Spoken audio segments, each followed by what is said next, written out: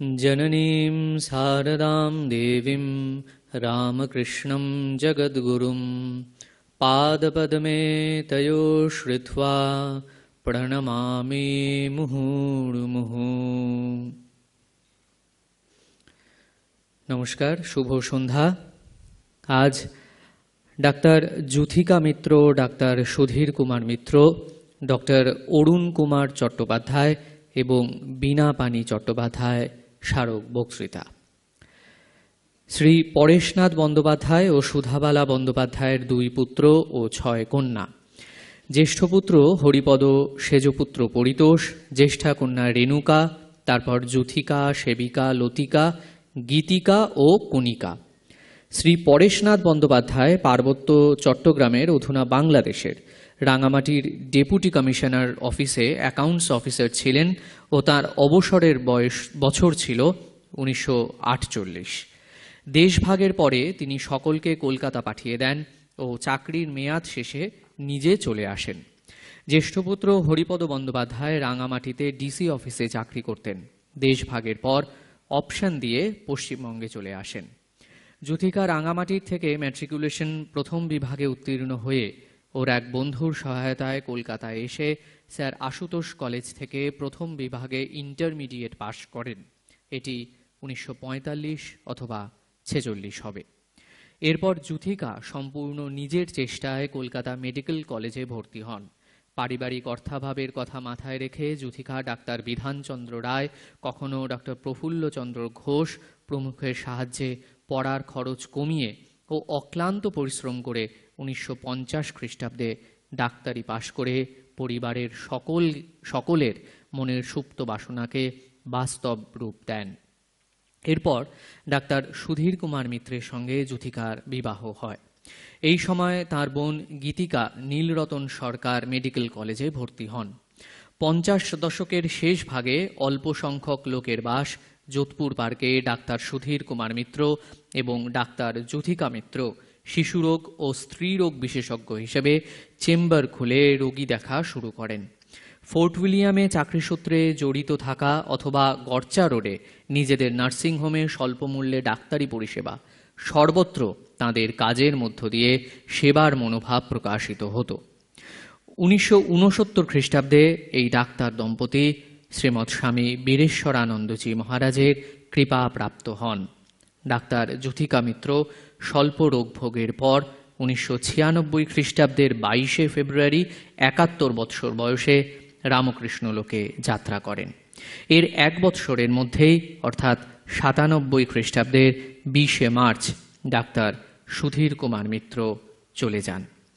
এই স্মারক বক্তৃতাটি ডাক্তার গীতিকা বন্দ্যোপাধ্যায়ের দ্বারা পৃষ্ঠপোষকতায় আয়োজিত। অতি সম্প্রতি মাত্র সপ্তাহ অধিক কাল আগে ডাক্তার গীতিকা বন্দ্যোপাধ্যায়েরও জীবন অবসান হয়েছে। ডক্টর অরুণ কুমার ও বীণা পানি চট্টোপাধ্যায় স্মারক বক্তৃতা।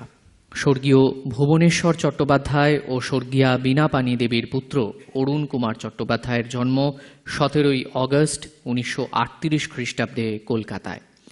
পিতা এজি বেঙ্গলে কর্মরত অবস্থায় মাত্র 42 বৎসর বয়সে প্রয়াত হন। মাতা গৃহবধূ অত্যন্ত কষ্ট সহকারে সন্তানদের প্রতিপালন করেন। অরুণ কুমার স্কুল ফাইনাল পাশ করার পর কলকাতার আশুতোষ কলেজ থেকে আইএসসি ও ফিজিক্স নিয়ে সাম্মানিক বিএসসি পাশ করেন। মাত্র 12 বৎসর বয়সে পিতার অকাল মৃত্যুর পর আর্থিক ও অন্যান্য অসুবিধা সত্ত্বেও কলকাতা বিশ্ববিদ্যালয় থেকে 1960 খ্রিস্টাব্দে ফিজিক্স নিয়ে তিনি এমএসসি পাশ করেন। অল্প সময় ভাভা অ্যাটমিক রিসার্চ সেন্টার ও আইআইটি খড়গপুরে কাটানোর পর কলকাতার বসু বিজ্ঞান মন্দিরে গবেষক ছাত্র হিসেবে তিনি যোগদান করেন। ডক্টর আনন্দমোহন ঘোষের অধীনে পিএইচডি করার পর বোস ইনস্টিটিউটে তিনি স্থায়ীভাবে যোগদান করেন এবং 1998 খ্রিস্টাব্দে বসু বিজ্ঞান মন্দির থেকেই তিনি অবসর গ্রহণ করেন। এখানে একটি বিষয় উল্লেখ করা যায় যে বসু বিজ্ঞান মন্দিরের 14 MEV নিউট্রন জেনারেটর সংক্রান্ত কাজের সঙ্গে ডক্টর অরুণ কুমার বিশেষভাবে যুক্ত ছিলেন। শ্রী অনিল কুমার বসু এবং শ্রীমতী কল্যাণী বসুর কন্যা শ্রীমতী অরুণা বসুর সঙ্গে তিনি বিবাহ সূত্রে আবদ্ধ হন। তিনি নিঃসন্তান ছিলেন। ডক্টর অরুণ কুমার চট্টোপাধ্যায় ও তাঁর স্ত্রী অরুণা বসু চট্টোপাধ্যায় উভয়েই শ্রীমৎ স্বামী প্রভানন্দজি মহারাজের কাছ থেকে দীক্ষা গ্রহণ করেন। বিজ্ঞান বিষয় ছাড়াও অন্য বিষয়ের বই পড়তে তিনি ভালোবাসতেন।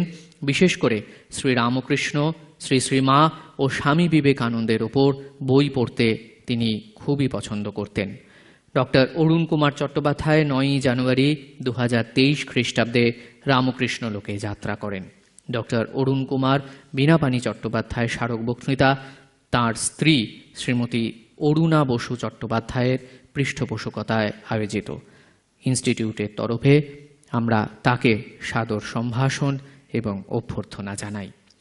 আজ যুগ্মভাবে ডাক্তার যুথিকা মিত্র, ডাক্তার সুধীর কুমার মিত্র ও ডক্টর অরুণ কুমার মিত্র বীণাপাণি চট্টোপাধ্যায় স্মারক বক্তৃতা প্রদান করবেন শ্রীমৎ স্বামী জ্ঞানলোকানন্দজি মহারাজ, সম্পাদক রামকৃষ্ণ মিশন, স্বামী বিবেকানন্দের পৈতৃক আবাস এবং সাংস্কৃতিক কেন্দ্র। পূজনীয় মহারাজজির আলোচনার বিষয় শক্তি স্বরূপ শ্রী রামকৃষ্ণ। আমি মহারাজকে অনুরোধ করি তিনি তার বক্তৃতা শুরু করুন।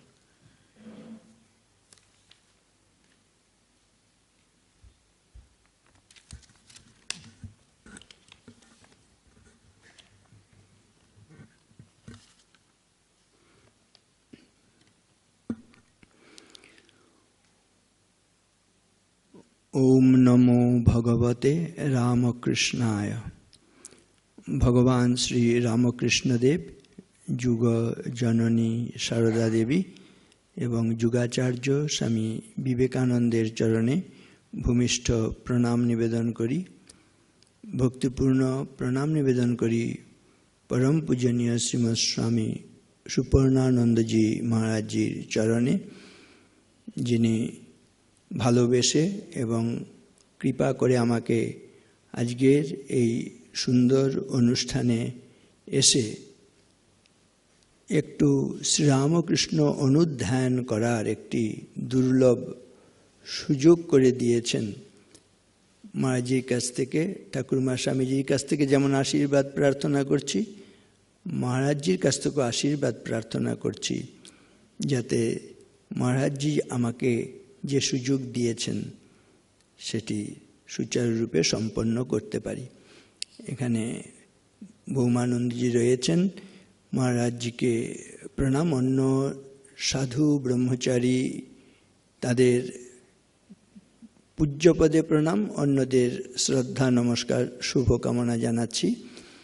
আর সমবেত মাতৃমণ্ডলী, ভক্তমণ্ডলী, আপনাদের সকলকে শ্রদ্ধা নমস্কার এবং শুভকামনা জানাই। যাদের স্মৃতিতে স্মারক ভাষণ এবং যারা পৃষ্ঠপোষকতা করেছেন তাদেরকে একযোগে আবার আমার শ্রদ্ধা নমস্কার জানাচ্ছি, কৃতজ্ঞতা জানাচ্ছি। শক্তিস্বরূপ শ্রীরামকৃষ্ণ নিয়ে আলোচনা করতে গিয়ে প্রথমে আমরা শ্রীরামকৃষ্ণের সেই বিখ্যাত প্রণাম মন্ত্র দুটো উচ্চারণ করব, যেখানে বলা হচ্ছে সংসারার্ণবঘোরে য কর্ণধার স্বরূপকঃ নমস্তু রামকৃষ্ণায় তস্मै শ্রী গুরবে নমঃ।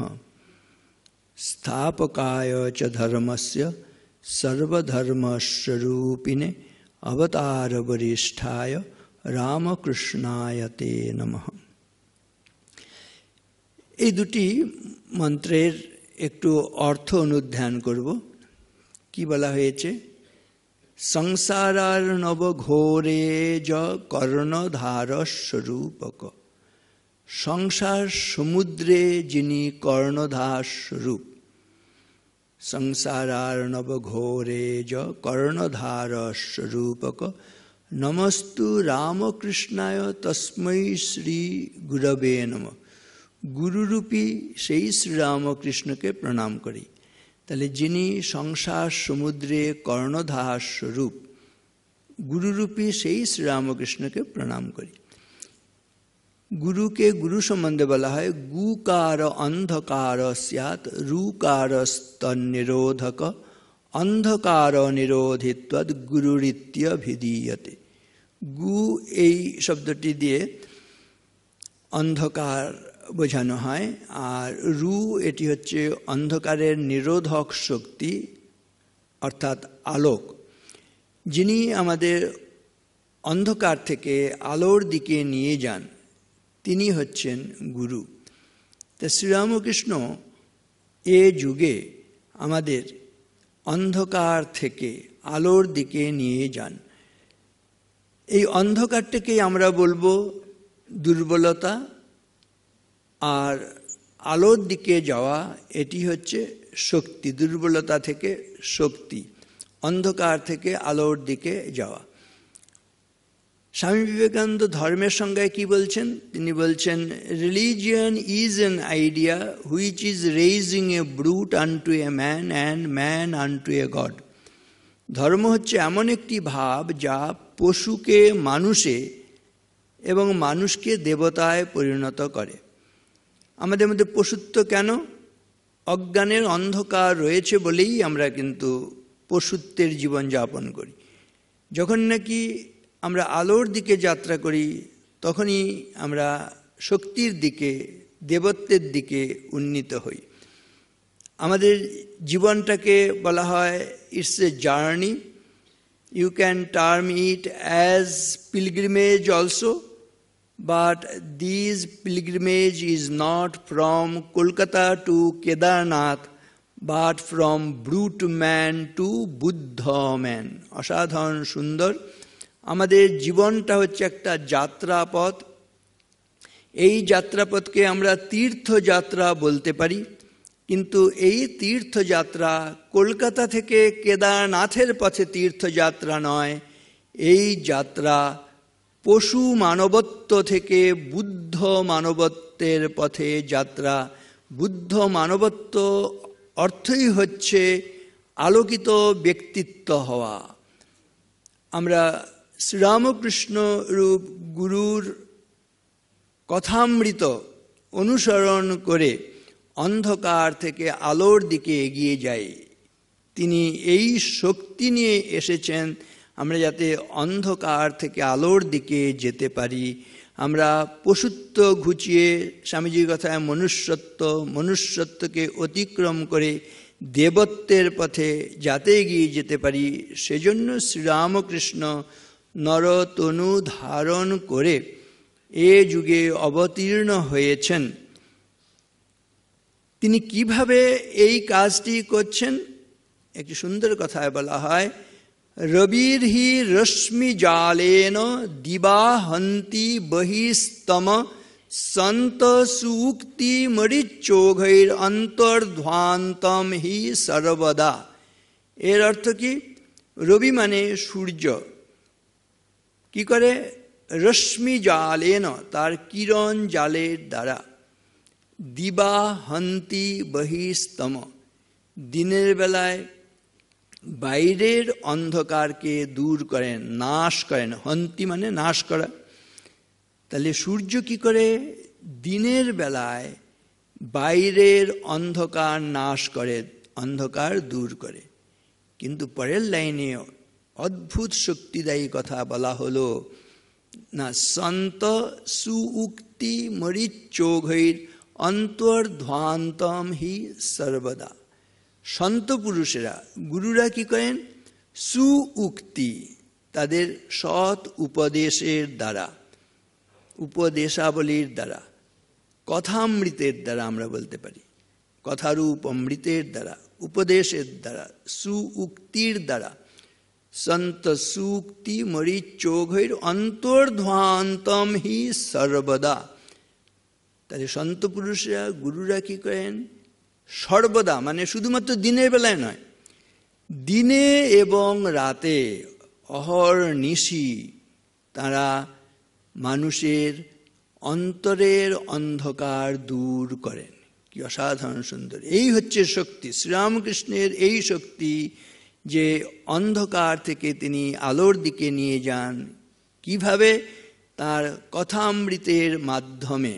আবার বলছি, রবির হি রশ্মি জালেন দিবাহন্তি বহিস্তম সন্ত সুক্তি মরিচোঘৈর অন্তর্ধ্বান্তম হি সর্বদা।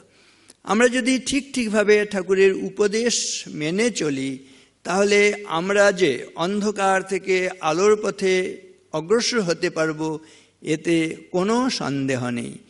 একটি সুন্দর কথায় বলা হয়, আপনারে দীপ করি জালো, দুর্গম সংসার পথে অন্ধকারে দিতে হবে আলো, সত্য লক্ষ্যে যেতে হবে, অসত্যের বিঘ্ন করি দূর, জীবনের বীণাতন্ত্রে বেসুরে আনিতে হবে সুর। চারিদিকে সমাজের দিকে তাকিয়ে দেখুন, কেমন যেন সুর কেটে যাচ্ছে, তাল কেটে যাচ্ছে। সুর কেটে যাচ্ছে, তাল কেটে যাচ্ছে কেন? মা যেন মায়ের মতন আচরণ করছেন না, বাবা হলে যেন বাবার ধর্ম ভুলে গেছে, স্বামী হলে স্বামীর কর্তব্য পালন করছেন না, স্ত্রী স্ত্রীর মতন আচরণ করছেন না, পুত্র পুত্রের মতন আচরণ করছেন না, কন্যা কন্যার মতন আচরণ করছে না। চারিদিকে হিংসা আর হত্যার রাজ্য চলছে। বলা হয়েছে, হিংসার উৎসবে আজি বাজে, অস্ত্রে অস্ত্রে মরণের উন্মাদ রাগিনী ভয়ঙ্করী। দয়াহীন সভ্যতা নাগিনী তুলেছে কুটিল ফানা চক্ষের নিমেষে, গুপ্ত বিষ দন্ত তার ভরি তীব্র বিষে। হত্যা অরণ্যের মাঝে, হত্যা লোকালয়ে, কীটের গহ্বরে, অগাধ সাগর জলে, নির্মল আকাশে, হত্যা জীবিকার তরে, হত্যা খেলা ছলে, হত্যা অকারণে, হত্যা অনিচ্ছার বশে, চলেছে নিখিল বিশ্ব হত্যার তাড়নে, ঊর্ধ্বশ্বাসে প্রাণপণে। চারিদিকে তাকালে দেখছি হিংসা হত্যায় ভরে গেছে। হিংসা হত্যা কার কাজ? হিংসা হত্যা আসলে হচ্ছে পশুর কাজ, রাক্ষসের কাজ, দানবের কাজ। কিন্তু আমরা মানুষরূপী অসুরেরা, দানবেরা, পশুরা যেভাবে হিংসা হত্যা লীলা সংগঠিত করছি, বনের পশুরা পর্যন্ত তারা লজ্জায় অধমুখ হয়ে যাচ্ছে। কেন এটা হচ্ছে? বলা হচ্ছে আমাদের বুদ্ধিটা মলিন হয়ে গেছে। আমাদের মধ্যে দেবত্বের বিকাশ হবার কথা ছিল, দেবত্বের বিকাশ না হয়ে ওই পশুত্ব, রাক্ষসিকতা, দানবিকতার বিকাশ হয়েছে। এর হাত থেকেই এই যে সংসার সমুদ্রে পড়ে আমরা হাবুডুবু খাচ্ছি, এর হাত থেকে রক্ষা করার জন্যই এ যুগে শ্রীরামকৃষ্ণ এসেছেন। সেজন্যই বলা হচ্ছে সংসার আর নবঘোরে য, ঘোরতর সংসার সমুদ্র থেকে তিনি রক্ষা করতে এসছেন। সংসারের বর্ণনা করতে গিয়ে কি বলা হচ্ছে? দুর্বার সংসার দাবাগ্নিতপ্তম দুধূয়মানম দূরদৃষ্টবাতৈ ভীতম প্রপন্নম পরিপাহি মৃত্যু শরণ্যমন্ন ত্বদহম ন জানে। কি অসাধারণ সুন্দর কথা! দুর্বার সংসার, এর থেকে রক্ষা নেই। এই সংসারের যে যেন সমুদ্রের পার নেই, তল নেই, তাই না? রক্ষা পাওয়া কঠিন। দুর্বার, একে কেউ বাধা দিতে পারছে না, এরকম একটা অবস্থা। বাধ্য হয়ে আমরা সংসারে জাতাকলে পিষ্ট হচ্ছি। দুর্বার সংসার দাবাগ্নি তপ্তম, এখানে আবার দাবাগ্নি জ্বলছে। এমনি যদি একটা প্রদীপ জ্বলে, বাতাস এসে দেখবেন তার সঙ্গে শত্রুতা করে, তাকে নিভিয়ে দেয়। কিন্তু যদি দাবাগ্নি হয়, বড় আগুন হয়, বাতাস এসে তার সঙ্গে মিত্রতা করে, সে আরো বাড়িয়ে দেয়, তাই না? একে দুর্ভাগ্য, কি বলে একবারে সংসার সমুদ্র, দুর্বার সংসার দাবাগ্নি তপ্তম, এখানে দাবাগ্নি জ্বলছে, তার মধ্যে আবার দুর্ভাগ্যের বাতাস এসে সেটাকে আরো বাড়িয়ে দিচ্ছে। কি অসাধারণ শব্দ সংকলন এবং বাস্তব। আপনারা সংসারে যারা আছেন তারা তো আরো বেশি হাড়ে হাড়ে টের পাচ্ছেন কি ভয়ঙ্কর। পিতা পুত্রে নাহি দেয় স্থান, হেতা কথা শান্তির আকার, সাক্ষাৎ নরক স্বর্গময়, কেবা পারে ছাড়িতে সংসার, তাই না? কারে আর বলি, কেবা আছে মোর, তোরে শুধু বলি তাই, আপন বলিতে বহুজন আছে, আপনার কেহ নাই। এটাই সংসার, ঠিক কি না? যেটা সরে যায়, যেটা সরে যায় সেটাকে নিয়ে কি আপনি স্থায়ী আনন্দ পাবেন? আমরা তো সবাই চাই স্থায়ী আনন্দ, চিরন্তন শাশ্বত আনন্দ। কিন্তু যেটা সরে যায়, সংসার মানে সরে যায়, যেটা সরে যায় সেটাকে ধরে আমি আপনি কখনোই স্থির আনন্দ, চিরন্তন আনন্দ, শাশ্বত আনন্দ পাবো না। সেজন্য স্থির আনন্দ, চিরন্তন আনন্দ, শাশ্বত আনন্দ পেতে হলে কি করতে হবে? যিনি স্থির তাকে ধরতে হবে। সেজন্য কে স্থির জগতে? যিনি অচ্যুত। অচ্যুত মানে যার চ্যুতি নেই, তিনি স্থির। ভগবানের সেজন্য একটা নাম হচ্ছে অচ্যুত, তার চ্যুতি নেই, তিনি সরে যান না। অন্য সবাই সরে যাবে জগতের, মা বাবা ভাই বোন আত্মীয় পরিজন বন্ধু বান্ধব যাই বলুন না কেন, তারা একদিন না একদিন সরে যাবে, সংসারের নিয়মই তাই। আর এই জগৎ বলা হয়, জগৎও কিন্তু একই ধরনের কথা, যার গতি আছে সেটা হচ্ছে জগৎ। গতিশীল বস্তুকে ধরে আপনি কি স্থির আনন্দ পাবেন? গতিশীল বস্তুকে ধরে স্থির আনন্দ পাবেন না। যিনি স্থির, এক্ষেত্রেও বলবো, যার গতি নেই, স্থির অচঞ্চল শাশ্বত চিরন্তন, তাকে অবলম্বন করি আমরা স্থির আনন্দ, শাশ্বত আনন্দ, চিরন্তন আনন্দ লাভ করব। শ্রীরামকৃষ্ণ এ যুগে এসছেন, ভগবান হয়ে এসছেন। কে ভগবান? বলা হচ্ছে যিনি আমাদের এই সংসার সমুদ্র থেকে ত্রাণ করার জন্য এসছেন, তিনি কে হরি, কে নারায়ণ, কে ভগবান বলতে গিয়ে এই সুন্দরভাবে বলা হচ্ছে, যিনি এই সংসার সমুদ্র থেকে আমাদের ত্রাণ করার জন্য এসছেন, তিনি হচ্ছেন হরি, তিনি নারায়ণ, তিনি ভগবান। এ যুগে তিনি কিভাবে এসছেন? তিনি এসছেন সহিষ্ণুতার প্রতিমূর্তি হয়ে, তিনি এসছেন বটবৃক্ষ হয়ে। আমরা জানি শ্রীরামকৃষ্ণ তিনি নরেন্দ্রনাথকে একসময় বলেছিলেন না, তুই কি চাস? না, আমি সমাধির আনন্দে ডুবে থাকতে চাই। কিন্তু শ্রীরামকৃষ্ণ বলেছিলেন, আমি ভেবেছিলাম তুই বটবৃক্ষের মতন হবি, তোর ছায়া সকলে আশ্রয় নেবে, কিন্তু তুই শুধু নিজের মুক্তি চাস। তো বটবৃক্ষ হলে কি হয় দেখবেন, বটবৃক্ষ হলে তার মধ্যে একটা শক্তি আসে। সেই শক্তি কি? সেটা হচ্ছে আশ্রয় দেওয়ার শক্তি।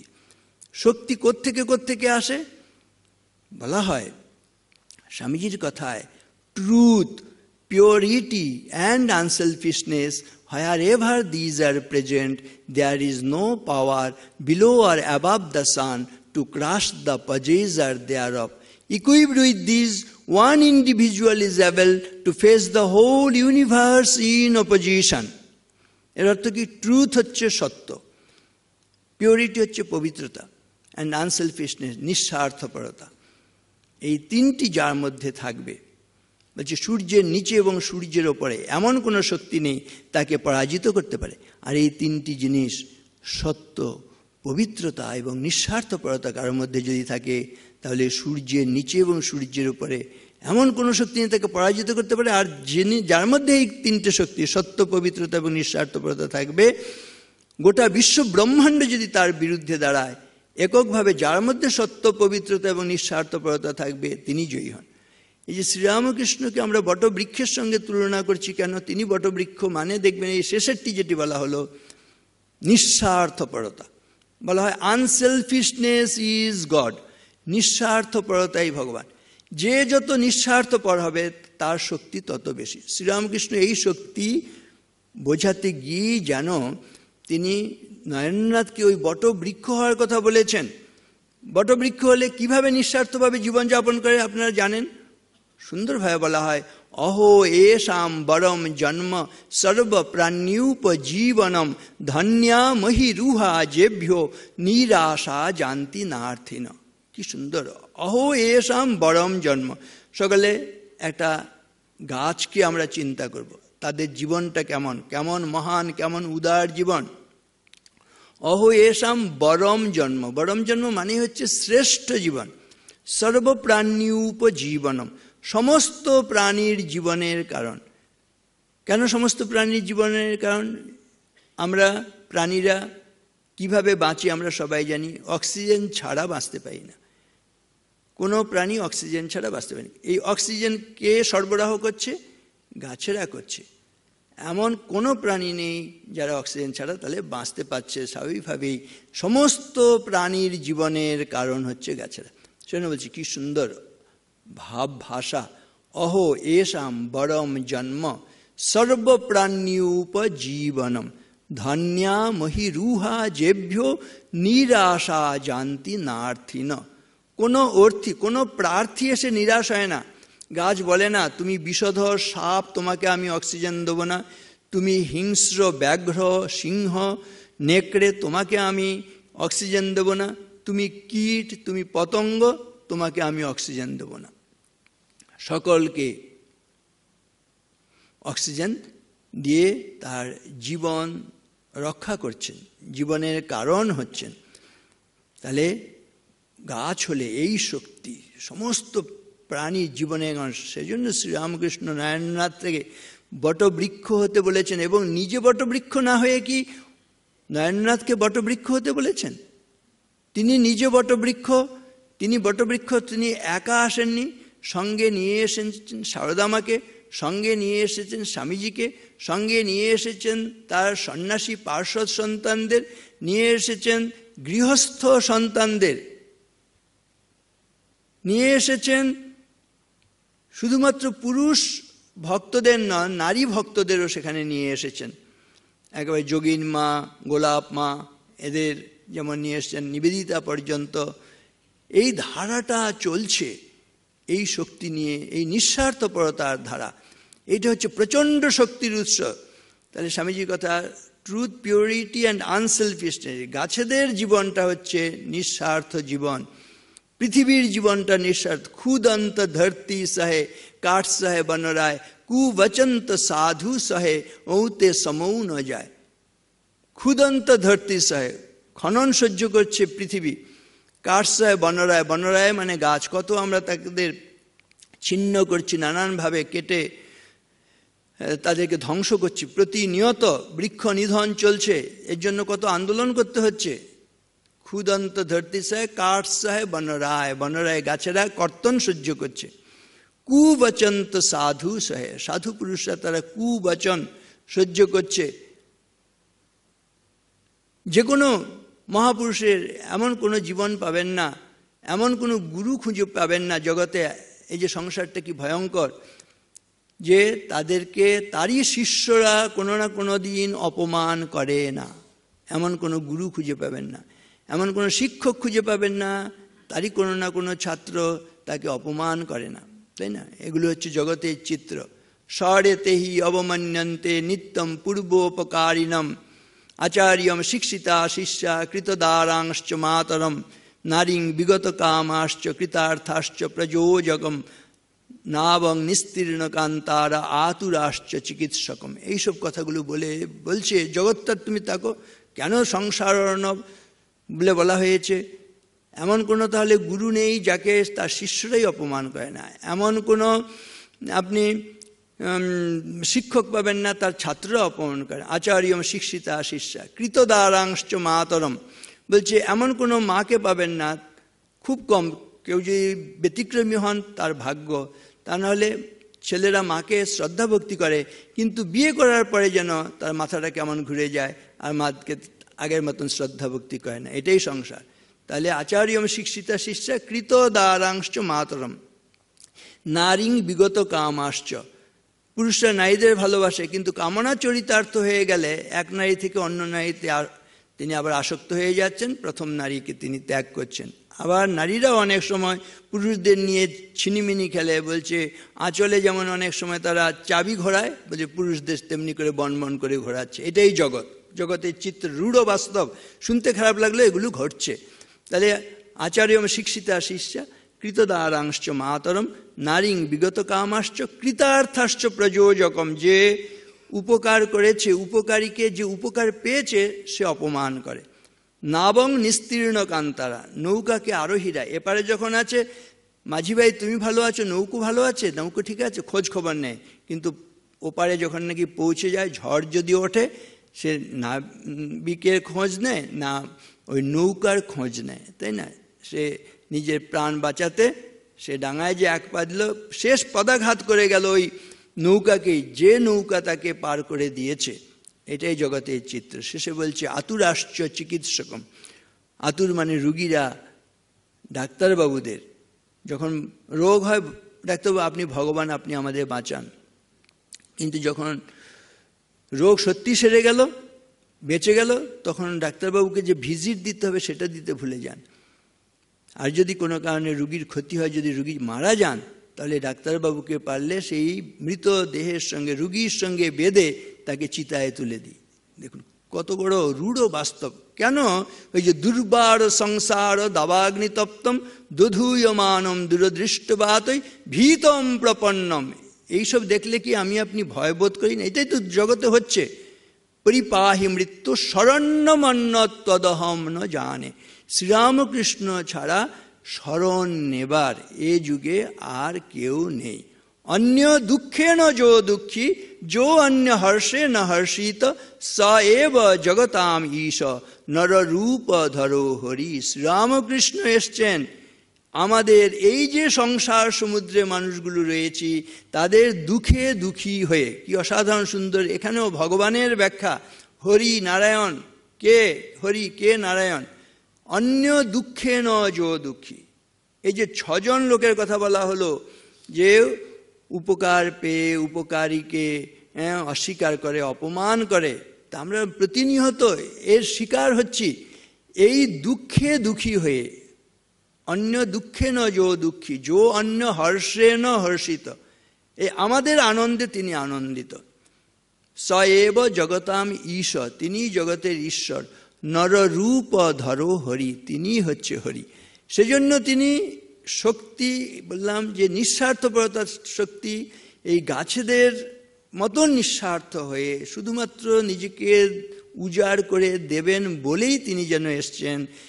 নিজে এসেছেন, সারদামাকে নিয়ে এসছেন, স্বামীজিকে নিয়ে এসছেন, ওই বললাম পার্শ্বদের নিয়ে এসছেন, সন্ন্যাসী সন্তানদের নিয়ে এসছেন। আমরা কিন্তু সেই উত্তরাধিকার বহন করছি, এটা মনে রাখতে হবে। না, আমরাও বট বৃক্ষ। তাহলে 1 নম্বর বললাম গাছেদের যে অক্সিজেন দান করার মাধ্যমে সমস্ত প্রাণীর জীবনের কারণ। দ্বিতীয়, বহু এরকম ভাবে এটাকে বলা যায়, গাছেরা কেমন? ছায়ামন্যস্য কুর্বন্তি তিষ্ঠন্তি স্বয়ং আতপে ফলান্যপি পরার্থায় বৃক্ষাঃ সৎপুরুষাইব। গাছেরা কেমন? নিজেরা অন্যকে ছায়া দান করছে কিন্তু নিজেরা রোদে দাঁড়িয়ে থাকছে, তাই হয় কি না? ছায়ামন্যস্য কুর্বন্তি তিষ্ঠন্তি স্বয়ং আতপে, রোদের মধ্যে দাঁড়িয়ে আছে। ফলান্যপি পরার্থায়, ফলগুলো কি নিজে খাচ্ছে? ফল নিজে খাচ্ছে না, অন্যের কল্যাণে সেই ফল বিতরণ করছে। ফলান্যপি পরার্থ বৃক্ষাঃ সৎপুরুষাইব, এই বৃক্ষেরা সৎপুরুষ স্বরূপ। তাহলে বটবৃক্ষ হলে কিন্তু এরকম হবে, নিজের জন্য কিছু নয়, সব। কোন সস্যাদ উপায়ে অত্র যে নাহম সর্বদেহীনাম অন্তঃ প্রবিশ্য সততম ভবেয়ম দুঃখ ভারভাগ। এমনকি কোনো উপায় নেই যার দ্বারা আমি সমস্ত দুঃখী তাপী প্রাণীর শরীরে প্রবেশ করে তাদের দুঃখটাকে নিজের বলে ধারণ করতে পারি। শ্রীরামকৃষ্ণ কিভাবে নিজে সেই দুঃখগুলোকে ধারণ করেছেন দেখুন। ক্যান্সার হয়েছে, অনেক সময় বলা হয় এই সাধারণ মানুষের গিরিশের পাপ এবং অন্য অনেকের পাপ, সেগুলো ধারণ করে তিনি এই পুত শরীরে এই ক্যান্সার সেটিকে স্বীকার করে নিয়েছেন। সারদা মায়ের ক্ষেত্রেও দেখবেন এই যুগে নারী জীবনে যত যন্ত্রণা, সকাল নেই দুপুর নেই সন্ধ্যা নেই, তাদের আক্রান্ত হতে হচ্ছে। সেই আক্রমণ কিন্তু যে এই যুগে এরকম ঘটবে, সেই জন্য তার শরীরে সেটাকে ধারণ করেছেন।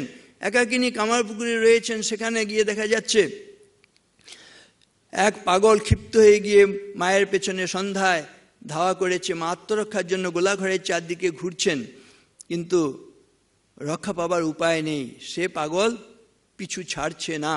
তিনি এক সময় রুখে দাঁড়ালেন, রুখে দাঁড়িয়ে সেই দুর্বৃত্তে চুলের মুঠি ধরে তাকে মাটিতে ফেলে দিলেন, তার বুকে হাঁটু দিয়ে জিভ টেনে ধরে চড় কষাতে শুরু করলেন। বললেন, আমি সেদিনে বগলা মূর্তিতে আবির্ভূতা হয়ে ওই দুর্বৃত্তকে শাসন করেছি। কিভাবে নারীরা তারা নিজেদের আত্মরক্ষা করবেন, নারী জীবনের কি যন্ত্রণা, ভয়ঙ্কর যন্ত্রণা, প্রতি মুহূর্তে সকাল নিয়ে দুপুর নিয়ে সন্ধানে আক্রান্ত হতে, যে প্রতিদিন খবরের কাগজে এই ঘটনাগুলোই আমরা লক্ষ্য করছি। কেউ রক্ষা করতে আসবে জগতে? কেউ রক্ষা করতে আসবে না, নিজেকে রক্ষা করতে হবে। সেজন্য এই শক্তি ধারণ করতে হবে। শ্রীরামকৃষ্ণ এই শক্তি নিয়ে এসছেন, তিনি শক্তি সাধনা করেছেন। কালীর শক্তি কীরকম আপনারা দেখবেন, একটু ভাববেন।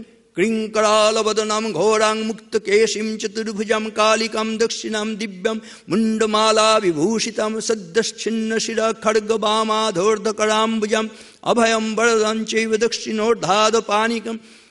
এগুলো উচ্চারণ করে দেখবেন কি প্রচণ্ড শক্তি, কোথাও দুর্বলতার স্থান নেই।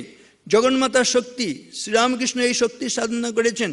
কেনোপমা ভবতু তেস্য পরাক্রমস্য রূপঞ্চ শত্রুভয়কারী অতিহারি কুত্র চিত্তে কৃপা সমর নিষ্ঠুরতা চ দৃষ্টা তৈয়েব দেবী বরদে ভুবনত্রয়ে। এগুলো শুনলে এবং পাঠ করলে এই মুহূর্তে আপনারা একটু শক্তি বোধ করছেন না? প্রাণে সাহস আসছে না? ভগবানের একটা শক্তি হচ্ছে, ভগবান কেন আসেন? তিনি অভয় দান করার জন্য আসেন। এই যে গুরুরাও কি করেন, সেই অভয় দান করেন। শ্রীরামকৃষ্ণ বলছি এই যুগের গুরু, সেই অভয় দান করার জন্য, শক্তি দান করার জন্য তিনি এসছেন।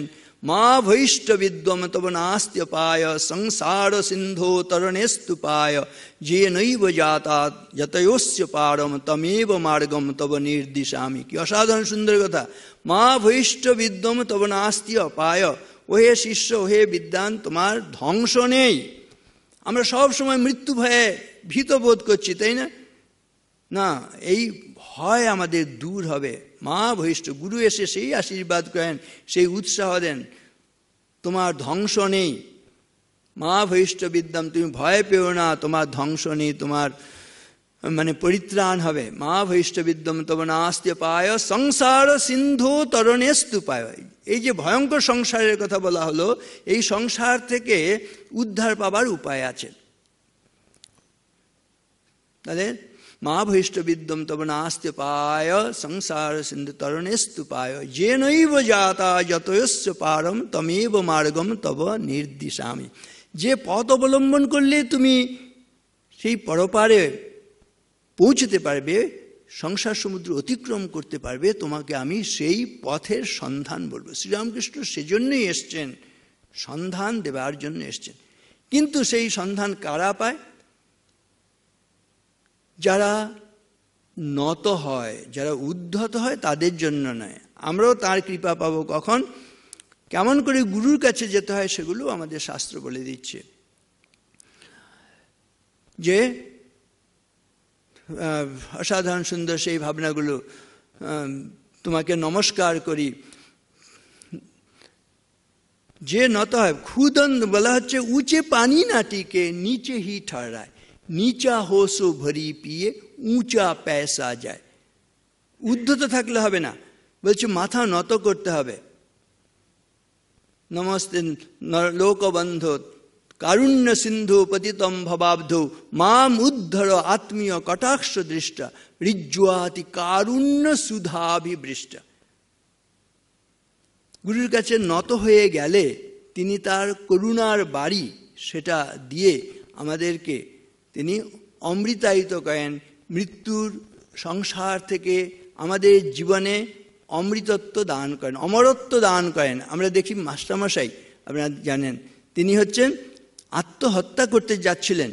সেই আত্মহত্যার হাত থেকে তিনি তো শুধু রক্ষা করলেন তা না, আবার মাস্টারমশাইয়ের মাধ্যমে মাস্টারমশাই সেই কথামৃত কথাগুলো, শ্রীরামকৃষ্ণের কথাগুলোকে, সেগুলিকে সংকলন করে এমনভাবে পরিবেশন করেছেন, যারা আমরা ওই পুস্তক পাঠের মধ্য দিয়ে অমৃত পান করছি, তাদের জীবনও অমৃতায়িত হচ্ছে, তাদের মৃত্যু ভয় দূর হচ্ছে। এ মৃত্যু মৃত্যু ছেদিতে হবে এই ভয়জাল, এই পুঞ্জীভূত জড়ের জঞ্জাল মৃত আবর্জনা ওরে জাগিতেই হবে এ দীপ্ত প্রভাতকালে, জাগ্রত ভাবে দুই নেত্র করি আধা, জ্ঞানে বাধা কর্মে বাধা গতিপথে বাধা, আচারে বিচারে বাধা করি দিয়া দূর, ধরিতে হইবে মুক্ত বিহঙ্গের সুর, আনন্দে উদার উচ্চ সমস্ত তিমির ভেদ করি দেখিতে হইবে ঊর্ধ্ব শির এক পূর্ণ জ্যোতির্ময় অনন্ত ভুবনে, ঘোষণা করিতে হবে অসংশয় মনে, ওগো দিব্যধামবাসী দেবগণ যত, মোরা অমৃতের পুত্র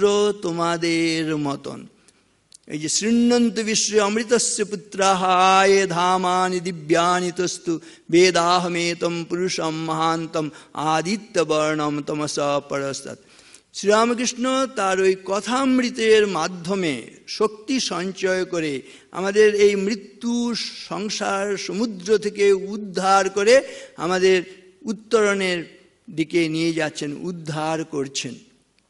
বলছে স্বর্গ সুধা অমৃত কোথায় থাকে বললে একটা সুন্দর কথায় বলা হয়। আমরা জানি বলা হচ্ছে অব্ধে বিধৌ বধুমুখে ফণিনাম প্রদেশে, স্বর্গে সুধা বসতি বৈরি বিবুধা বদন্তি, ক্ষারম ক্ষয়ম পতিমৃতম গরলম পতন্তম, কণ্ঠে সুধা বসতি বৈ ভগবজ্জনানাম। এর অর্থ কি? কটা জায়গায় অমৃত আছে বলে আমরা সাধারণভাবে মনে করি মানুষ? অব্ধ মানে সমুদ্রে আছে মনে করি, সমুদ্রের নিচ থেকে অমৃত ওঠে, তাই না? এটা সমুদ্র মন্থন করে অমৃত সবাই জানি তো। অব্ধে বিধৌ, বিধৌ মানে বলা হচ্ছে চাঁদের মধ্যে অমৃত আছে বলে কেউ কেউ বিশ্বাস করেন। যারা বিদ্বজ্জন কবি জ্ঞানী ব্যক্তি তারা এরকম মনে করেন। অব্ধে বিধৌ, বিধৌ মানে তাহলে চাঁদে। বধূ মুখে, কেউ কেউ বলেন না স্ত্রীর মুখে হচ্ছে রয়েছে। এগুলো যারা সংসারী মানুষ তারা এরকম মনে করেন স্ত্রীর মুখের মধ্যেই নাকি অমৃত রয়েছে, বধূ মুখে। ফণিনাম প্রদেশে, কেউ কেউ বলেন ফণিনাম প্রদেশ মানে আসলে পাতালে যেখানে ওই সাপেরা থাকে, ফণি মানে সাপ, ফণিনাম প্রদেশে সেখানে অমৃত আছে বলে কেউ কেউ মনে করে। আর স্বর্গে সুধা, এটা অনেকে মনে করেন স্বর্গে সুধা আছে। বলছে না, এগুলো যেগুলো বলেছ এগুলো সবগুলো ত্রুটিযুক্ত। কেন? ক্ষারম ক্ষয়ম পতিমৃতম গরলম পতন্তম। ক্ষারম বলছে তুমি বলছো সমুদ্রে আছে, সমুদ্রে যদি অমৃত থাকতো সমুদ্রের জল কেন লবণাক্ত ক্ষারযুক্ত? তাহলে এখানে নেই, এটা ত্রুটিপূর্ণ, কেউ অস্বীকার করতে পারবে না। তাহলে সমুদ্রে সত্যিকারের অমৃত নেই। ক্ষারম ক্ষার রয়েছে, লবণ রয়েছে। ক্ষয়ম বলছো দ্বিতীয় বলেছো তোমরা চাঁদের মধ্যে আছে, কিন্তু চাঁদ কেন ক্ষয় পাচ্ছে? চাঁদ অমাবস্যা পূর্ণিমা হয়, ক্ষয় হয় কিনা? তাহলে যেটা অমরত্ব, অমৃত মানে থাকলে তো অমরত্ব হবে, তাহলে সেটি কেন ক্ষয় হচ্ছে? ক্ষারম ক্ষয়ম পতিমৃতম। এই যে যারা বলেছে বধূমুখে হচ্ছে অমৃত আছে, তাহলে বধূদের স্বামীরা কেন মারা যান? অমরত্ব থাকছে কি? অমরত্ব তাহলে থাকছে না। তাহলে ক্ষারম ক্ষয়ম পতিমৃতম গরলম। সাপেদের দেশে অমৃত আছে বলছো, তাহলে সাপেদের মধ্যে কেন বিষ আছে? তাহলে বিষে তো মৃত্যু হয়, এখানেও তো অমরত্ব নেই। তাহলে এগুলির মধ্যে কোনোটাই নেই। ক্ষারম ক্ষয়ম প্রতিমৃতম গরলম পতন্তম। বলছে স্বর্গে সুধা আছে, অমৃত আছে, স্বর্গ থেকে পতন হয় কিনা? পুণ্য ক্ষয় হলে পতন হয়ে যায়, তাহলে সেখানেও নেই। তাহলে কোথায় অমৃত আছে? এই শক্তিটা কোথায় আছে? বলছে কণ্ঠে সুধা বসতি বৈ ভগবৎ জনানাম। যারা ভগবৎ জানিত পুরুষ, ভগবান লাভ করেছে, বা যিনি ভগবান স্বয়ং, তার মুখে তার কথার মধ্যে, কথামৃতের মধ্যেই হচ্ছে সত্যিকারের শক্তি, সত্যিকারের অমৃত আছে। শ্রীরামকৃষ্ণের শক্তিস্বরূপ শ্রীরামকৃষ্ণ বলছি, মানে তার ওই কথার শক্তির মধ্যে যদি আমরা ঠিকভাবে কথামৃত পড়ি এবং শ্রবণ করি, কীরকমভাবে করতে হবে বলা হচ্ছে শৃণ্বত শ্রদ্ধয়া নিত্যম গৃণতশ্চ সচেষ্টিতম কালেন নাতি দীর্ঘেন ভগবান বিশতে হৃদি প্রবিষ্ট কর্ণরন্ধ্রেণ স্বানাম ভাবসরূঢ়ম ধুনুতি সমলম কৃষ্ণ সলিলস্য যথা শরৎ। কি অসাধারণ সুন্দর ভাবনা বলছে। কেন আমরা ভগবানকে পাচ্ছি না, কেন বিদ্যা লাভ করতে পারছি না? না, আমরা ঠিকভাবে শুনছি না, গুরুর কথা আমরা শুনছি না, সেজন্য বিদ্যা লাভ হচ্ছে না। বিদ্যা, জ্ঞান আর ভগবান তো আলাদা না, ভগবানেরই জ্ঞান, জ্ঞানস্বরূপ তিনি, তাই না? কেন জ্ঞান লাভ করতে পারছি না? না, জ্ঞানের কথাটা আমরা ঠিকভাবে শুনছি না। তাহলে কি করতে হবে? 1 নম্বর শর্ত হচ্ছে শৃণ্যত। আজকেও আমরা যে যত মনোনিবেশ করে শুনবো, দেখবেন আমাদের মধ্যে একটা আলোক আসবে, কিছু না কিছু অন্ধকার দূরীভূত হবে, এই শক্তির অধিকারী আমি আপনিও হব।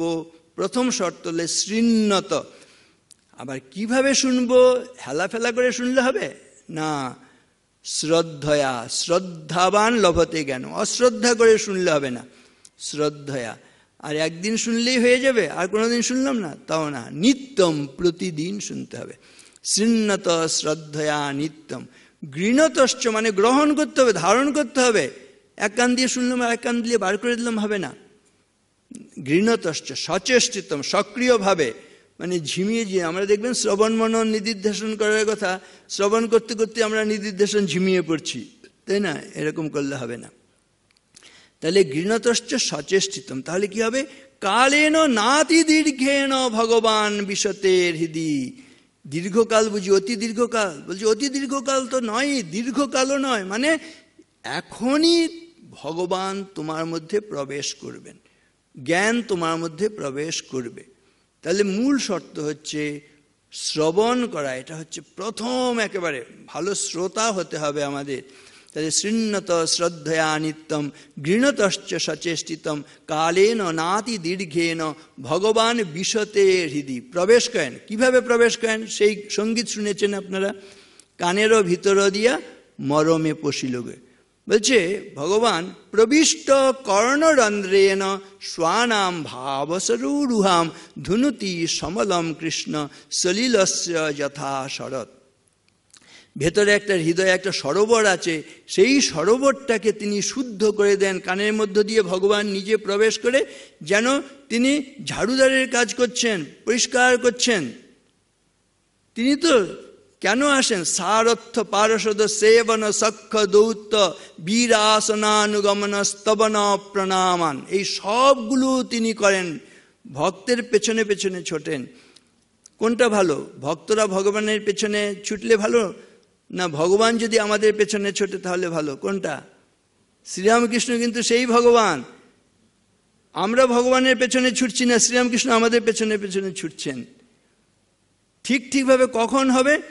যখন আমরা তাহলে ঠিকভাবে ভগবানকে স্মরণ করব এবং অন্য কিছু চাইব না। ভগবান কিন্তু খুশি হয়ে যান। কেউ কিছু চাইলে, না আমার এত অনন্ত সম্পদ আছে, 3টে 5টা 100টা চাক না, দিয়ে দিই, তথাস্তু তথাস্তু তথাস্তু। কিন্তু ভগবানের সমস্যা হয় যখন ভগবান, আমি তোমার কাছে কিছু চাই না, তোমাকে চাই। ঠিক কিনা বলুন? এই তোমাকে চাই। শ্রীরামকৃষ্ণ এসে এটাই শিখিয়েছেন যে তুমি কিভাবে, না আরো একটা দিন চলে গেল মা, তুমি দেখা দিলে না, এই যে ব্যাকুলতা, তোমাকে চাই, তোমার কাছে কিছু চাই না। নয়ননাথ কি চাইতে পেরেছিলেন? কিছু চাইতে পারেননি, তাই না? এখানেই কিন্তু শক্তি। বলছে আমি যেটা চাইবো সেটা পাবো, কিন্তু চাইলে কিন্তু কম পড়ে যায়। রাজার কাছে যদি আপনি না চান, রাজা সবসময় কিছু দেবার জন্য চেয়ে যাবে, তাই না? সেই কাহিনীটি, সময় তো হয়ে যাচ্ছে, অনেক ভাবনা মাথায় আসছে, কোনটা ছেড়ে কোনটা বলবে এরকম শুধু মনে হচ্ছে।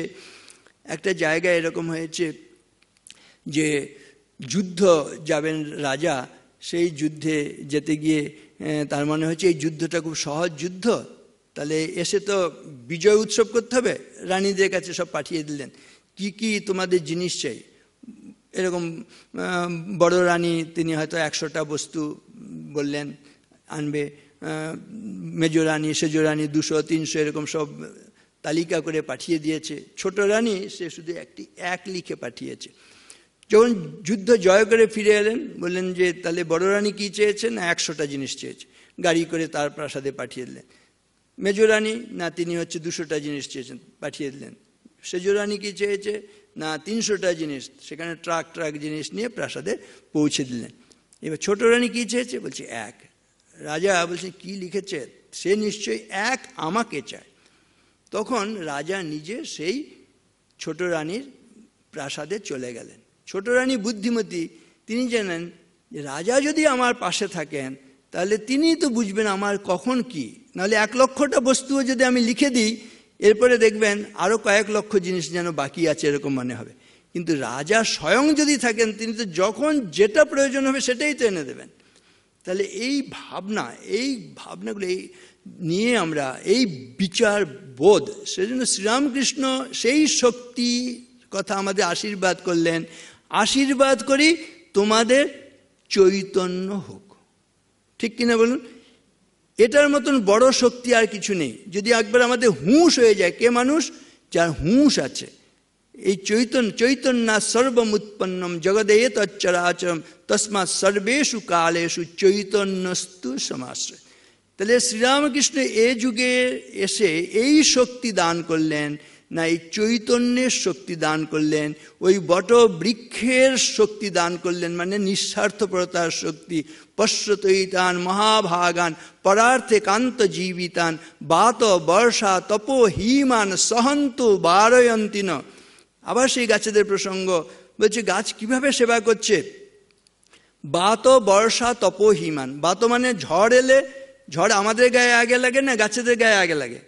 গাছেদের গায়ে। বাত বর্ষা, বৃষ্টি এলে মাথা পেতে নেয় গাছ, আমাদের রক্ষা করে সেই বৃষ্টির হাত থেকে, ঝড়ের হাত থেকে। বাত বর্ষা তপ, তাপ, যখন নাকি সূর্য কিরণ, আমরা গাছের ছায়ায় গিয়ে আশ্রয় নেই, তাই না?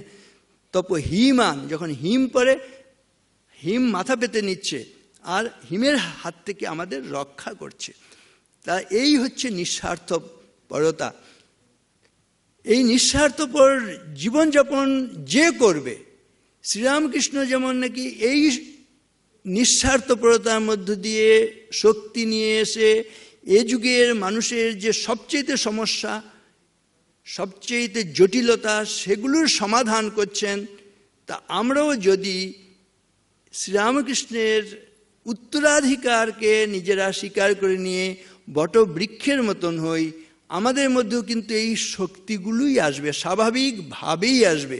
এই উত্তরাধিকার শ্রীরামকৃষ্ণ আমাদের দিয়ে গেছেন। এগুলো আমরা অনুভব করলে তার চিন্তন, তার জপ ধ্যান, এগুলো সত্যিকারে সার্থক হবে। তাহলে 3টি শক্তির কথা স্বামীজি বলেছেন, যেগুলো শ্রীরামকৃষ্ণ জীবনে সত্য হয়েছে।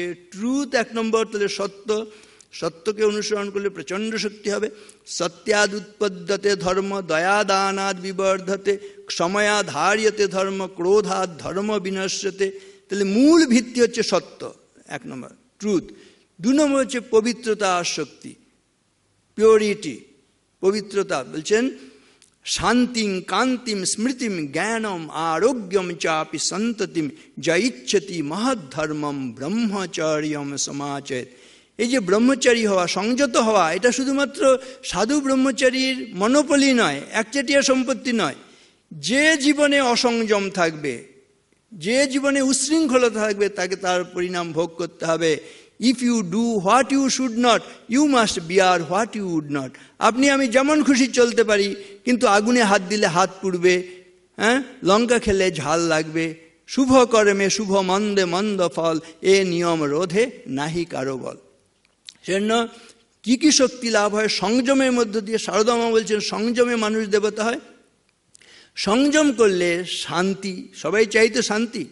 কিসে থেকে শান্তি আসবে? না সংযম অবলম্বনের মধ্য দিয়ে। শান্তিং কান্তিম, রূপটা কালো হতে পারে, কিন্তু আমরা চাই লাবণ্য থাকবে। কিসের থেকে আসবে? সংযত জীবন যাপন করে দেখুন, শরীরের মধ্যে কালো রূপের মধ্যে একটা দীপ্তি, একটা প্রভা, একটা লাবণ্য, এটা আসবে। কান্তি লাভ হয়। শান্তিং কান্তিম স্মৃতিম, ভুলে যেতে চাই না, মনে রাখতে চাই। সব মনে রাখতে পারবো যখন সংযত জীবন যাপন করব, ব্রহ্মচারিণী জীবনের কথা, পবিত্র জীবন যাপন করব, তখন হচ্ছে স্মৃতিশক্তি আসবে। শান্তিং কান্তিম স্মৃতিম জ্ঞানম। আমরা কি মূর্খ থাকতে চাই না জ্ঞান লাভ করতে চাই? জ্ঞান লাভ করতে চাই। এগুলোই কিন্তু শক্তি। শ্রীরামকৃষ্ণ এই শক্তিগুলো আমাদের দিয়েছেন, তুমি এইগুলো অভ্যাস করো, সংযত জীবন যাপন করো, পবিত্রতা অভ্যাস করো, তাহলে শান্তিং কান্তিম স্মৃতিম জ্ঞানম আরোগ্যম চাপি সন্ততিম। আমরা রুগ্ন থাকতে চাই না, সুস্থ থাকতে চাই। প্রত্যেকে সুস্থ থাকতে চাই, আরোগ্যের অধিকারী হতে চাই। অসংযত জীবন যাপন করে কি সুস্থ থাকতে পারবেন? ভোগ করে, ভোগে রোগ ভয়ম, কুলে চ্যুতি ভয়ম, বিত্তে নৃপালাদ ভয়ম, মানে দৈন ভয়ম, বলে রিপু ভয়ম, রূপে জরয়া ভয়ম, শাস্ত্রে বাদি ভয়ম, গুণে খল ভয়ম, কায়ে কৃতান্তাদ ভয়ম, সর্বম বস্তু ভয়ান্বিতম ভুবিনাম বৈরাগ্যমেবা ভয়ম। জগতে যা চাইবেন সেগুলো সব ভয়যুক্ত। এক বৈরাগ্য, বৈরাগ্য মানেই হচ্ছে দেখবেন ওই সংযম, ওই সংযমটাই হচ্ছে অভয়। বাকি উচ্ছৃঙ্খলতা, যেমন খুশি চলা মানেই হচ্ছে সেগুলো ভয়যুক্ত। সেই জন্য শ্রীরামকৃষ্ণ এই সংযমের শিক্ষা দিয়ে গেলেন। একবারে কুর্মাঙ্গানিব বলছে, কচ্ছপ যেমন নাকি বাইরের শত্রু দেখলে তার এইগুলোকে, হাত পাগুলোকে গুটিয়ে ভেতরে নিয়ে যায়, এমনভাবে সংযত জীবন যাপনের মধ্য দিয়ে প্রচণ্ড শক্তি আসে আমাদের মধ্যে। তাহলে শক্তির উৎস ট্রুথ মানে সত্য, পিওরিটি মানে পবিত্রতা, অ্যান্ড আনসেলফিশনেস মানে নিঃস্বার্থপরতা, যেটি গাছেদের কথা। গাছেরা আর কি করে বলছে, মূলং ভুজঙ্গই শিখরম বিহঙ্গই শাখাং প্লবঙ্গই কুসুমানি ভৃঙ্গই আশ্চর্যমে তৎ খলু চন্দনস্য পরোপকারায় সতাম বিভূতয়। গাছেরা কিভাবে সেবা করে এটাও কিন্তু আমাদের প্রত্যেককে লক্ষ্য রাখতে হবে। আমরাও গাছেদের মতো আশ্রয় দান করব। গাছের এমন কোনো জায়গা আছে শিকড় থেকে শিখর পর্যন্ত, তার মূল শেকড় থেকে শিখর পর্যন্ত এমন কোনো জায়গা আছে যেটা দিয়ে গাছ অন্যের সেবা করে না। দেখবেন কি কি উদাহরণ দিয়ে বলছে, মূলং ভুজঙ্গই, মূল মানে শেকড়, তাই তো, ভুজঙ্গ মানে সাপ। মূলের কাছে যে গর্ত, সেখানে সাপ প্রবেশ করতে গেলে গাছ বলে আমি তোমাকে আশ্রয় দেবো না, তুমি বিষধর সাপ, তোমাকে আশ্রয় দেবো না, বলে না। মূলং ভুজঙ্গই। শিখরম বিহঙ্গই, শিখর হচ্ছে চূড়া, চূড়াতে কারা গিয়ে আশ্রয় নেয়? পাখিরা, বিহঙ্গ। বলে পাখি তোমাদের আমি আশ্রয় দেবো না, বরং আকর্ষণ করে যেন।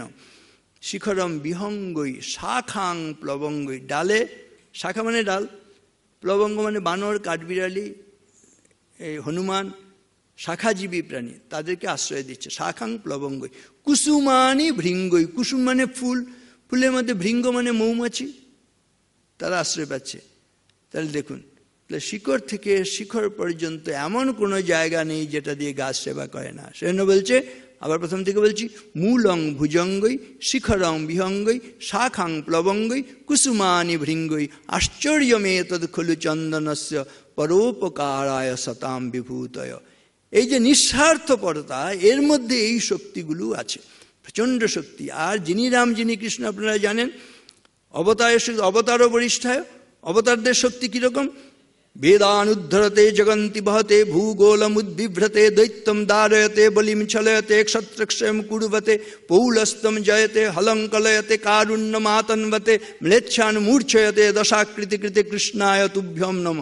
এগুলো নিয়ে আমরা ভাবি না। দশাবতারের হিন্দুরা কেন শক্তিহীন হয়ে পড়ছে? তারা এই অবতারের শক্তির সঙ্গে সংযোগ হারিয়ে ফেলছে। আবার যদি আমরা উদ্ধার পেতে চাই, এই দশাবতারের শক্তি, বেদকে উদ্ধার করেছে। কেশবধৃত মীন শরীর, কুর্ম শরীর, এগুলো আছে না, মৎস্য, কুর্ম, বরাহ, বামন, হ্যাঁ, এদিকে হচ্ছে হিরণ্য, কি বলে, নৃসিংহ ভগবান। নৃসিংহ ভগবানের কি প্রচণ্ড শক্তি ভাববেন। গর্জন্তম গর্জয়ন্তম নিজ ভুজপটলম স্ফোটয়ন্তম হটন্তম রূপ্যন্তম তাপয়ন্তম দিবি বিবিদিতিজম ক্ষেপয়ন্তম ক্ষিপন্তম ক্রন্দন্তম রোষয়ন্তম দিশি দিশি সততম সংহরন্তম ভরন্তম বিক্ষন্তম ঘূর্ণয়ন্তম শরণিকরসতে দিব্য সিংহং নমামি। কোথাও দুর্বলতা আছে? ঠিক কি না? এই সমস্ত অবতারের সমষ্টি শ্রীরামকৃষ্ণ, তাহলে তার মধ্যে কত শক্তি ভেবে দেখুন। রামের শক্তি, কৃষ্ণের শক্তি, ভর্জনম ভববীজানাম অর্জনম সর্বসম্পদম তর্জনম যমদূতানাম রাম রামেতি গর্জনম। জয় শ্রীরাম বললেই প্রচণ্ড শক্তি আসে না? এগুলো ব্যাখ্যা করার সময় নেই, কিন্তু রামের প্রচণ্ড এরকম শক্তি। কৃষ্ণের শক্তি কেমন? অম্ভোধে স্থলতাম স্থলম জলধিতাম ধুলিলব শৈলতাম শৈলম মৃৎকণতাম তৃণম কুলিশতাম বজ্রম তৃণক্ষীণতাম বহ্নি শীতলতাম হিমম দহনতামায়াতি যস্যেচ্ছয়া লীলা দুর্ললিতাদ্ভুত ব্যসনিনে কৃষ্ণায় তুভ্যম নম। কি করতে পারেন ভগবান? অম্ভোধি মানে সাগর, সাগরকে স্থলে, জলকে স্থলে, মহাসাগরকে মহাদেশে পরিণত করতে পারেন, মহাদেশকে মহাসাগরে পরিণত করতে পারেন, ধূলিকণাকে পর্বতে পরিণত করতে পারেন, পর্বতকে ধূলিকণায় পরিণত করতে পারেন, বজ্রকে ঘাসে পরিণত করতে পারেন, ঘাসকে বজ্রে পরিণত করতে পারেন, আগুনকে বরফে পরিণত করতে পারেন, বরফকে আগুনে পরিণত করতে পারেন। ইচ্ছা মাত্রে খেলার ছলে সৃষ্টি স্থিতি প্রলয় করছেন। খেলিছয়ে বিশ্বলয়ে বিরাট শিশু আনমনে নীরজনে প্রভু নীরজনে প্রলয় সৃষ্টি তব পুতুল খেলা নীরজনে প্রভু নীরজনে।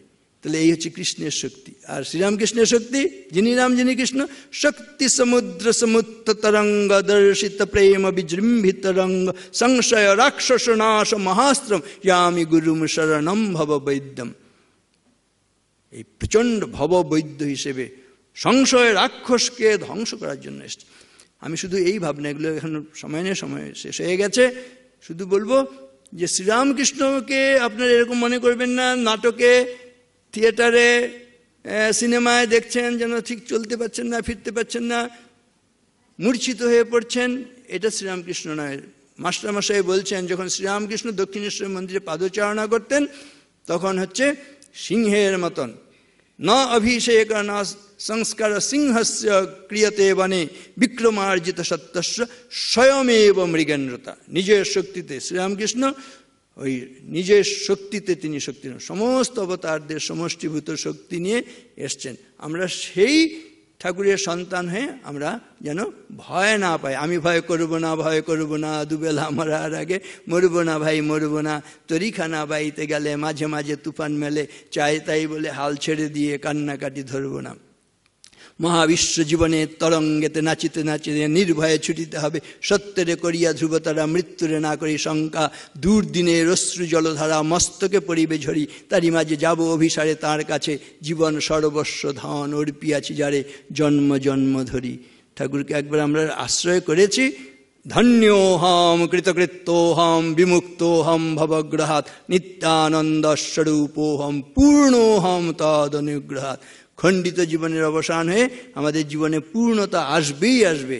সেই শক্তিতে আমরা শক্তি সম্পন্ন হব। স্বামীজির কথা, if you think your self weak, weak you will be, if you think your self strong, strong you will be. নিজেকে দুর্বল ভাবলে দুর্বল হবে, শক্তিশালী ভাবলে শক্তিশালী হবে। আমরা সেই শক্তিস্বরূপ শ্রীরামকৃষ্ণের ধ্যান করে দুর্বলতা ঘুচিয়ে শক্তি আহরণ করব। শক্তি মায়ের ভৃত্য মোরা নিত্য খাটি নিত্য খাই, শক্ত বাহু শক্ত চরণ চিত্তে সাহস সর্বদাই। নমস্কার, ভালো থাকবেন। দৈবিক এবং অনির্বচনীয় অভিজ্ঞতা আমাদের। আমরা মহারাজজির অনেক বক্তৃতা এখানে শুনেছি, কিন্তু আজকে এই মুহূর্তে তার মুখ থেকে, শ্রীমুখ থেকে যেসব অমৃতময়ী বাণী একেবারে তাদের উৎসার ঘটল অযাচিতভাবে, অভাবিতভাবে, তা আমাদের বিস্মিত করেছে এবং সঙ্গে সঙ্গে মুগ্ধ করেছে, আশ্বস্ত করেছে এই জন্য যে আমরা যেন প্রাচীনকালের ঋষিদের মুখ থেকে কথা শুনছি অনর্গল, যেগুলো সকপল কল্পিত নয়, জীবনের গভীর থেকে উঠে আসছে। প্রত্যেকটা ভাবের সঙ্গে যখন তার বাণী বদ্ধ হচ্ছে, সঙ্গে সঙ্গে একটি শ্লোকের আবির্ভাব ঘটছে তার মুখে। আমরা 30-35 বছর আগে হয়তো অনেক সংস্কৃত পণ্ডিতদের কাছ থেকে এসব শুনতে পারি অল্প, কিন্তু আজকে আমাদের যেন সেই সব যুগে ফিরিয়ে নিয়ে গেল, আরও দ্বিগুণ ত্রিগুণ তিনগুণ চতুর্গুণ বর্ধিত আকারে। আমি সত্যি সত্যি বলছি, আপনারা স্বতঃস্ফূর্ত আনন্দ প্রকাশ করেছেন। এই জিনিস ঈশ্বরের কৃপা ছাড়া হয় না, মাতৃকৃপা ছাড়া, শক্তিময়ীর কৃপা ছাড়া এটা হয় না। মা ঠাকুর স্বামীজি তাকে ধরে রয়েছেন এবং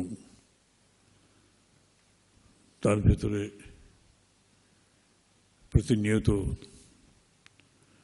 তারা আবির্ভূত হয়ে তাকে নিত্য নতুন রূপে সাজিয়ে দিচ্ছেন পরপর প্রতিটি বক্তৃতার ভেতরে। তাই আমরা এমন প্রকাশ দেখতে পাচ্ছি, সেই শক্তিরই প্রকাশ। তিনি একটি স্বয়ং শক্তি যেন এখানে আবির্ভূত হয়েছেন আমাদের সকলের ভেতরে শক্তির সঞ্চার করবার জন্য। তাকে আমাদের সকলের প্রণাম, নমস্কার আপনাদের।